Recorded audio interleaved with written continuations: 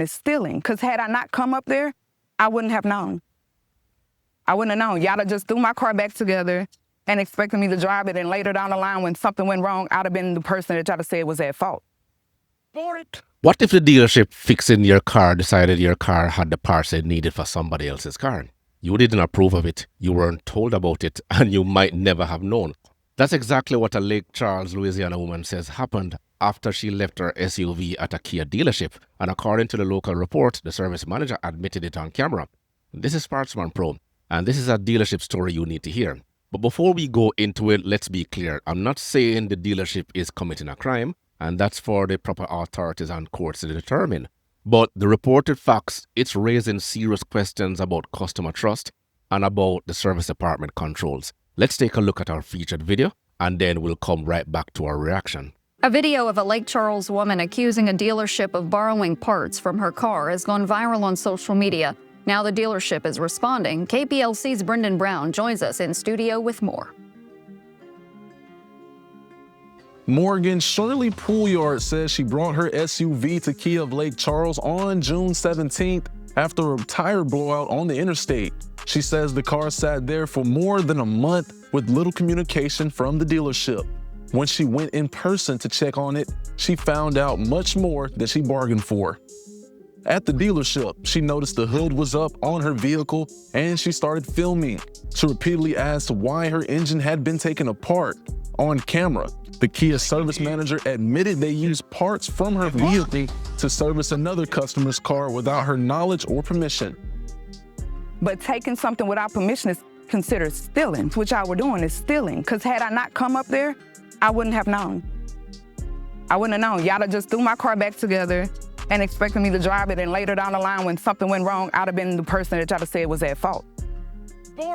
Pouliard says the service manager told her multiple times no one had touched her vehicle before admitting what happened. We visited Kia of Lake Charles and spoke with the owner. In a statement, the dealership says it conducted an internal review and that service manager is no longer employed with the company. Pouliard has her vehicle back, but says she still feels uneasy driving it.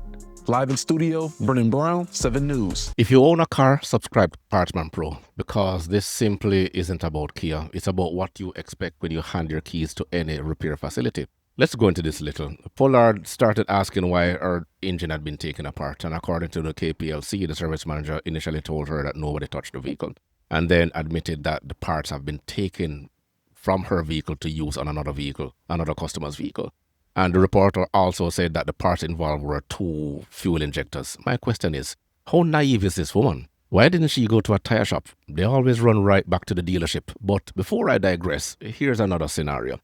Your vehicle is sitting in a service bay, you're waiting for your repair, and someone decides your car can supply parts to somebody else's repair, and that's without asking you. Here's where I have a problem. A dealership can have a part shortage. A part can be back ordered. A vehicle can sit waiting. And those things can happen. But the answer to a part shortage cannot simply let's take it from one vehicle and repair another customer's vehicle.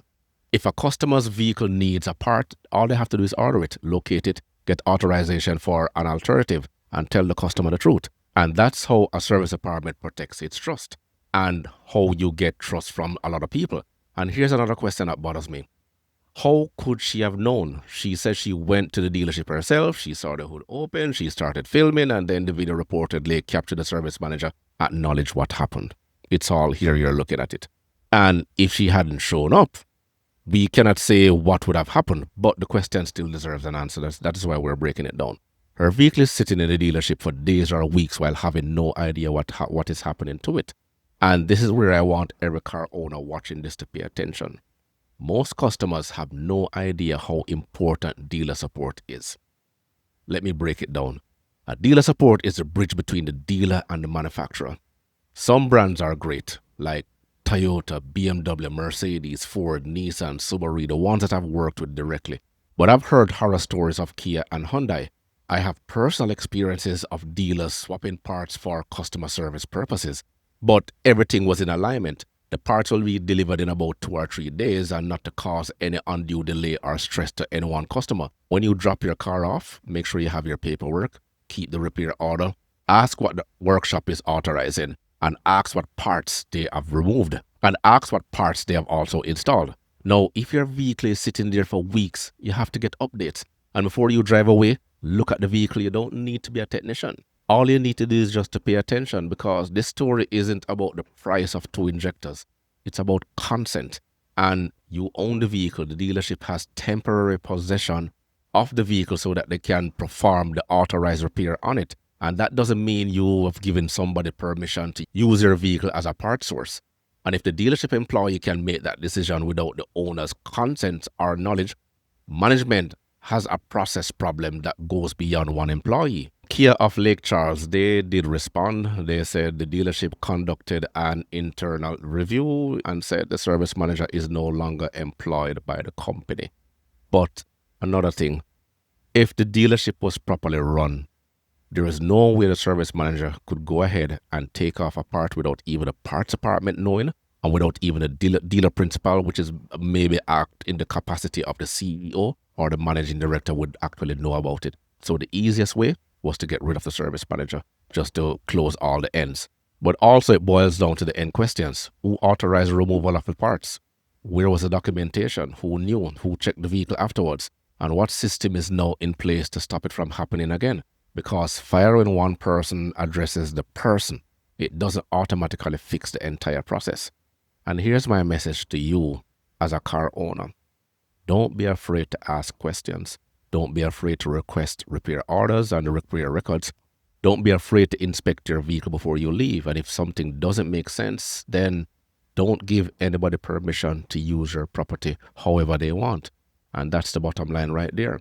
And once a dealership crosses that line, it has a much bigger problem than just a missing part.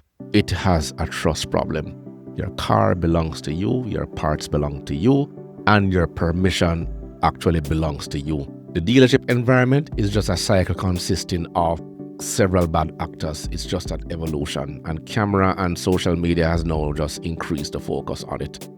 Again, this is Partsman Pro. If you want more videos like this, increase the likes on this video, share this video, and subscribe.